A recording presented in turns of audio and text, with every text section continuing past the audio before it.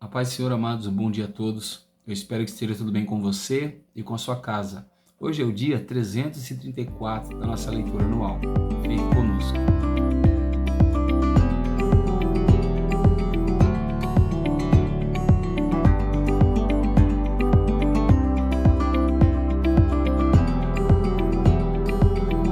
Bom, amados, nós estamos começando a estudar hoje a segunda carta de Paulo aos Coríntios, amém? Essa carta é muito bela, muito bonita, tem muitos ensinamentos profundos e a nossa porção diária vai do capítulo 1 de 2 Coríntios até o capítulo 4 de 2 Coríntios. São capítulos curtos, dinâmicos, eu creio que você vai ler rapidamente. Separe um tempo, medite na palavra de Deus, ela vai te abençoar, amém? O nosso texto devocional de hoje está lá no capítulo 4 e o verso de número 7, no qual a palavra do Senhor vai nos dizer assim: Temos, porém, esse tesouro em vasos de barro, para que se veja que a excelência do poder provém de Deus, não de nós. Amém? Bom, essa segunda carta que Paulo vai escrever aí para a igreja de Coríntios, ela vai ser escrita provavelmente um ano depois da outra carta que nós estudamos. E essa carta muito provavelmente foi escrita da Macedônia. E nós temos nessa carta um conteúdo bem particular, bem peculiar, porque dessa vez o apóstolo Paulo ele vai se dedicar muito mais em fazer uma defesa do seu apostolado e da mensagem que ele está pregando, durante todo esse tempo nas igrejas nas quais ele está passando, do que em apresentar ali a sua doutrina, a sua mensagem, ou em apenas ensinar algo para a igreja, como ele tem costume de fazer nas suas cartas. Então nós temos aqui algumas repreensões, e temos aqui muitas defesas, muita apologética. Ele está defendendo muito a Cristo e o seu ministério. E é interessante que ele está se preocupando lá no início da carta, no capítulo 1, em não magoar os coríntios, já que a mensagem que ele tem para levar não é uma mensagem tão simples. Então ele começa falando que Deus é o Pai de todas as misericórdias, e que através de Deus nós temos consolação, porque o Senhor é quem nos consola em toda a nossa tribulação. Então não importa o tamanho da tribulação que você esteja passando, é Deus quem vai te dar o consolo. E é interessante nós analisarmos isso, porque quanto maior o ministério que Deus te colocar na mão, maior vai ser as tribulações que você vai enfrentar. Quanto mais grande é a chamada de Deus para a nossa vida, maiores também são as tribulações, correto? Porque alguém que prega o evangelho verdadeiro, eu vou repetir, alguém que prega o evangelho verdadeiro, esse enfrenta grandes dificuldades, porque o mundo odeia o evangelho, o homem não convertido odeia o evangelho, o pecado odeia o evangelho, e Satanás odeia o evangelho. Então Paulo passou a ser perseguido, ele passou a ser caluniado, espancado por causa do evangelho. Agora, olha que coisa interessante, o capítulo 1, verso 6 diz assim: se somos atribulados, é para o consolo e salvação de vocês. Olha o que ele está dizendo, que as tribulações que um líder de uma igreja, ou líder de um ministério, ou um evangelista, um missionário, um profeta, passa, essas tribulações, ela produz para a igreja, para os membros de uma igreja, salvação. Então, quando nós que trabalhamos na obra de Deus somos atribulados, nós não devemos pensar em desistir ou desanimar, muito pelo contrário, devemos perseverar, já que essa tribulação vai nos produzir muitos frutos. E ele vai dizer aí que nas províncias da Ásia, ele passou por vários tipos de provações e tribulações que foram acima das forças humanas. Muitas delas, por exemplo, que eles achavam até mesmo que iriam morrer. Nós aqui na América, no Brasil, não enfrentamos tribulações desse nível, ao pregarmos a palavra de Deus e anunciarmos a Jesus Cristo. E ele também vai dizer que ele queria muito ir a Corinto, mas ele não sabe se vai conseguir ir. E durante essa explicação, ele nos dá aqui uma mensagem muito poderosa.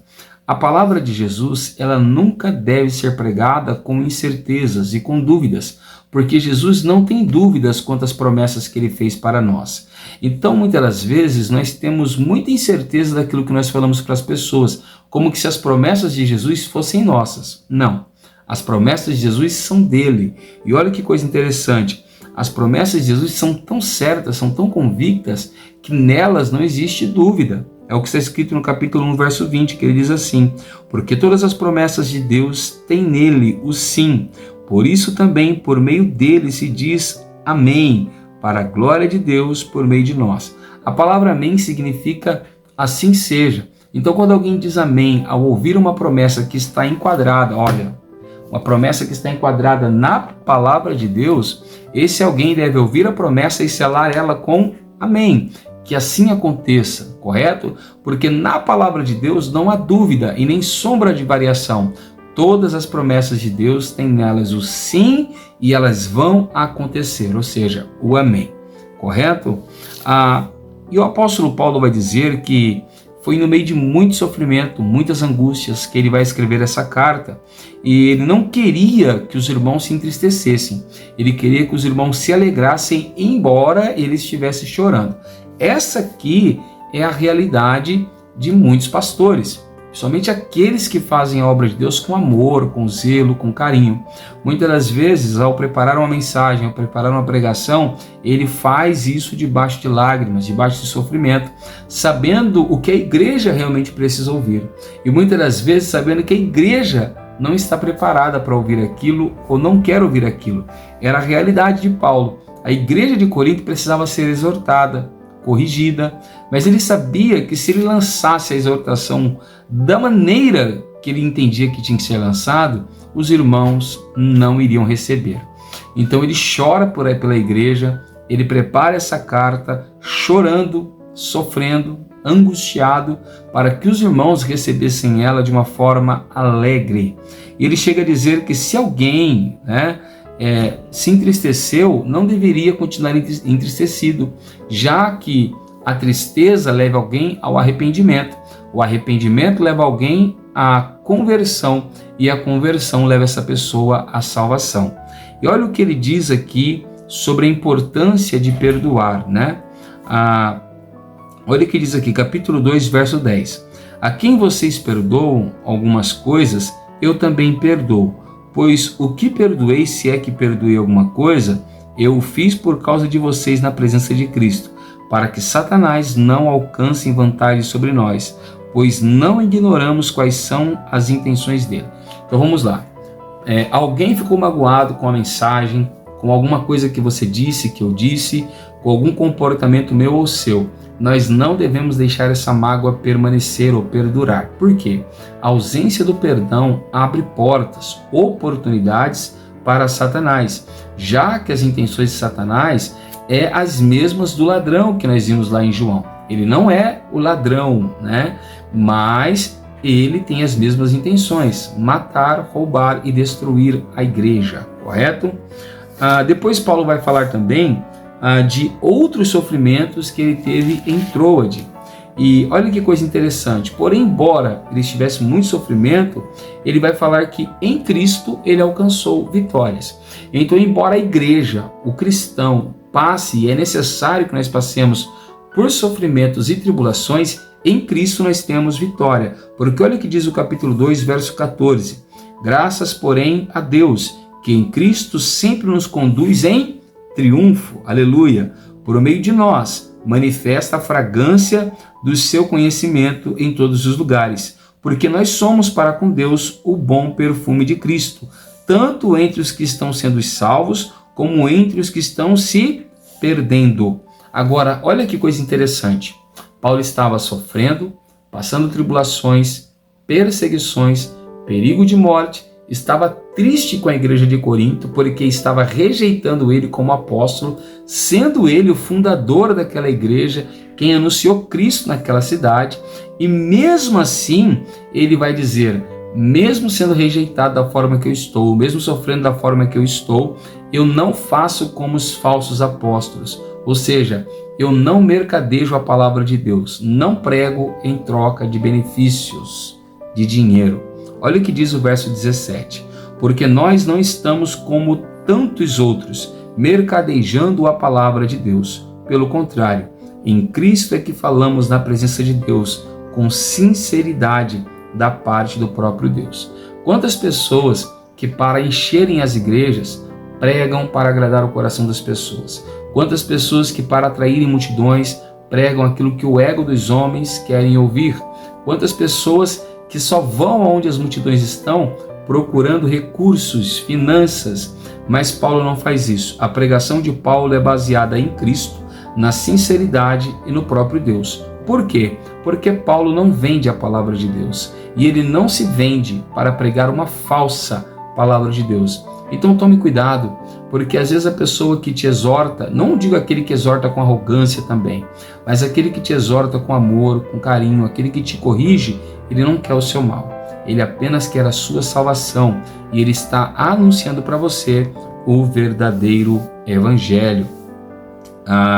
E olha que coisa interessante, ele vai falar assim, olha, muitos vão pregar baseado em si mesmo, ficam se auto-recomendando, né? Mas ele vai falar, nós não nos recomendamos. Então ele vai falar que a palavra dele se baseia, primeiro, em Cristo, segundo, no ministério da nova aliança, correto? E ele vai dizer assim, muitos aí se intitulam capazes, poderosos, sábios, mas ele vai dizer, nós não temos capacidade alguma, porque toda a capacidade que nós temos e toda a confiança que nós temos de anunciar o evangelho vem de Deus, ou seja, todas as nossas palavras não são nossas, todas as palavras que nós proferimos a vocês vêm direto do coração de Deus. E ele vai dizer que foi Deus quem capacitou ele e fez dele e dos seus obreiros ministros de uma nova aliança. E ele vai chegar e vai dizer, olha, existem muitos judeus que estão pregando aí a antiga aliança, correto? A palavra de Moisés, as leis de Moisés, gravadas em pedras. E muitas pessoas atribuem isso, né, à teologia, o que nós vamos ler aqui agora. Mas na verdade não. Ele está falando da lei de Moisés. Lembra que nós estudamos, né, em Romanos que a lei ela mostrou para o homem que o homem era mau, que o homem era pecador, mesmo a lei sendo santa. Ou seja, a lei ela tinha uma função, mostrar que nós somos errados e que precisamos de alguém que cuide de nós e nos mostre o caminho da verdade. Assim como a babá, correto? Que cuida da criança, como uma mãe que cuida da criança, mostrando para ela o que ela pode ou não pode fazer, o que ela pode ou não pode pegar na mão. A lei tem essa função. A lei, então, ela nos conduz diretamente ao nosso tutor, que é Jesus. A lei não salva, mas ela mostra quem nós somos. Então, Paulo, olhando para a lei de Deus, ele vai dizer assim, capítulo 3, verso 7. E se o ministério de morte, gravado com letras em pedras, se revestiu de glória, ao ponto de os filhos de Deus não poderem fixar os olhos na face de Moisés, por causa da glória do seu rosto, ainda que fosse uma glória que estava desaparecendo, como não será de maior glória o ministério do Espírito? Porque se o ministério da condenação teve glória, em muito maior proporção será a glória do ministério da justiça, correto? Então ele diz assim, então ele vai dizer assim também lá no verso de número 13, e não somos como Moisés que punha um véu sobre o rosto, para que os filhos de Israel não pudessem fixar os olhos naquilo que estava desaparecendo, mas a mente deles se endureceu, pois até o dia de hoje o mesmo véu permanece sobre a leitura da antiga aliança. Não foi tirado, pois só em Cristo ele é removido. Mas até hoje, quando Moisés é lido, o véu está posto sobre o coração deles. Quando, porém, alguém se converte ao Senhor, o véu é tirado. O que ele está dizendo? Ele está olhando para aquela ocasião em que Moisés desce do monte com as leis, né, com os 10 mandamentos, e a glória de Deus refletiu sobre o rosto de Moisés enquanto os 10 mandamentos eram gravados em pedra. E a glória brilhava tão forte que as pessoas não podiam olhar para o rosto de Moisés. E Moisés, para não revelar a glória de Deus, que era a glória de Jesus, que estava no seu rosto, ele colocou um véu sobre o rosto para que as pessoas não vissem a glória. Correto? Lembrando que a lei não salvou ninguém. A lei mostrou que o homem era pecador e condenava o pecado do homem. Correto? Mas ele vai dizer que a nova aliança, o ministério do Espírito Santo, que o Espírito ele consegue convencer e converter o homem do pecado, diferente da lei que não fazia isso.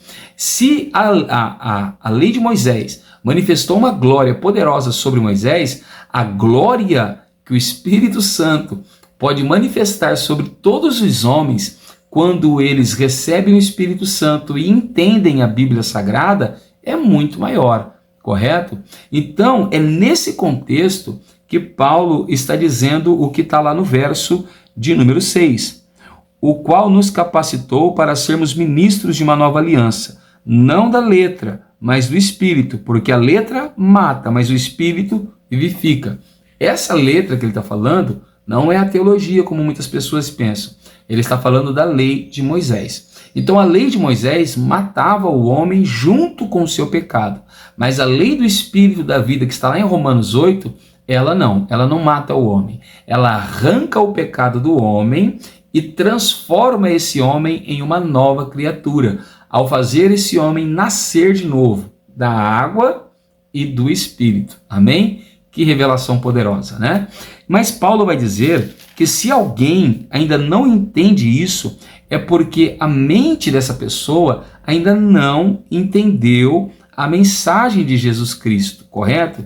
Porque ele diz que se existe um véu ainda, se a mente das pessoas estão encobertas para essa verdade, é porque Satanás, o Deus desse século, cegou o entendimento dessas pessoas para que elas não entendessem. Olha o que diz o capítulo 4 e o verso 3. Mas se o nosso evangelho está encoberto, é para os que se perdem que ele está encoberto, nos quais o Deus deste mundo cegou o entendimento dos descrentes, para que não lhes resplandeça a luz do evangelho da glória de Cristo, o qual é a imagem de Deus. Olha o que ele está dizendo. Você prega o evangelho para alguém. O que é o evangelho? A mensagem de Jesus, correto? Prega a mensagem de Jesus para alguém. Essa pessoa não entendeu, não recebeu, não aceitou e não se converteu, fique tranquilo. A culpa não é sua, desde que você prega o evangelho verdadeiro, correto? Então, você pregou o evangelho, a pessoa não entendeu, é porque Satanás, o Deus desse século, desse tempo, Satanás cegou o entendimento dessa pessoa. Assim, os olhos espirituais delas estão fechados, os ouvidos estão fechados. Então, tudo que você fala entra no ouvido carnal, mas não consegue entrar no ouvido espiritual. Assim, ela não crê, porque ela se tornou uma pessoa incrédula. Então, o que Satanás quer de verdade é que o homem seja incrédulo. Lembre que a fé agrada a Deus e a descrença, ou seja, a ausência da fé, desagrada o coração de Deus. Lembre de João 3, a fé salva, mas a ausência da fé condena. Amém? Então Paulo novamente não quer se gloriar, como a maioria dos pregadores naquela época fazia, e como a boa parte dos pregadores de hoje fazem também. Então ele diz assim no capítulo 4, verso 5, porque não pregamos a nós mesmos, mas a Jesus Cristo como o Senhor, correto? E no verso 7, então, ele vai lançar aquele texto que nós acabamos de ler. Temos, porém, esse tesouro em vaso de barro, para que se veja que a excelência do poder provém de Deus e não de nós. Observa que novamente Paulo vai frisar que toda a capacidade que ele tem não é dele, mas toda a capacidade que ele tem vem de Deus. Ele é apenas um vaso de barro. Olha que coisa bela, correto? Ou seja, ele está dizendo, eu sou alguém frágil, sou completamente fraco sem Deus. Mas Deus usa eu mesmo na minha fraqueza, e assim ele derrama sobre mim o seu poder, a sua glória e a sua capacidade, para que eu possa servir de instrumento para a sua glória. Ou seja, a excelência não é do pregador, a excelência é do Senhor que usa o pregador. A excelência não é do cantor, não é do músico, não é do profeta, a excelência é do Deus que está usando essas pessoas. Que nós não venhamos ser como a maioria das pessoas hoje em dia, que ficam dizendo, eu opero, eu curo, eu faço milagres, olha, se eu pregar na tua igreja eu salvo tantas pessoas. Não, muito pelo contrário, que nós vamos reconhecer que toda a obra que nós fizermos é o Senhor quem está fazendo através de nós. Então ele vai soltar aqui um ensinamento muito profundo a partir do verso 8, que diz assim, em tudo somos atribulados, porém não angustiados, ficamos perplexos, porém não desanimados, somos perseguidos, porém não abandonados, somos derrubados, porém não destruímos, levamos sempre no corpo o morrer de Jesus, para que também a vida dele se manifeste no nosso corpo, porque nós que vivemos somos sempre entregues à morte por causa de Jesus, para que também a vida dele, a vida de Jesus, se manifeste em nossa carne mortal, de modo que em nós opera a morte, mas em vocês a vida. Ou seja, Paulo sofria para que outras pessoas sejam salvas. Você quer servir a Deus? Te prepare, porque talvez você vai ter que sofrer um pouco ou muito para que outros sejam salvos. Amém? Então que nessa manhã o seu coração se encha de alegria e, como ele diz, ainda que o nosso homem exterior se corrompa, o homem interior se renova todos os dias. Amém? Sou o pastor Tiago da Igreja Pentecostal Poder da Palavra e eu quero orar por você essa manhã. Abre o seu coração, feche seus olhos e ore ao Senhor junto comigo. Senhor nosso Deus e nosso Pai, queremos te louvar, te bendizer e te glorificar pela tua bondade, pela tua graça e pelo teu favor. Senhor, que nós não venhamos nos portar como falsos pregadores, falsos cristãos que estão em busca de glória e aplausos e elogios. Muito pelo contrário, que nós devemos reconhecer que somos um simples vaso de barro e que tudo aquilo que o Senhor faz através de nossa vida não é por nossa capacidade, mas pelo poder do Senhor quem opera em nós. Usa, Senhor, as nossas vidas, mas dai-nos humildade, dai-nos entendimento para entendermos que o Senhor nos levantou não para sermos servidos, mas para servirmos aqueles a quem o Senhor quer salvar. É assim que nós te pedimos e te agradecemos. Em nome de Jesus, amém. Se você tem gostado desse trabalho, deixa o like, se inscreva no canal e compartilhe esse vídeo com alguém que precisa. Que Deus te abençoe, fique com ele e tenha um ótimo sábado.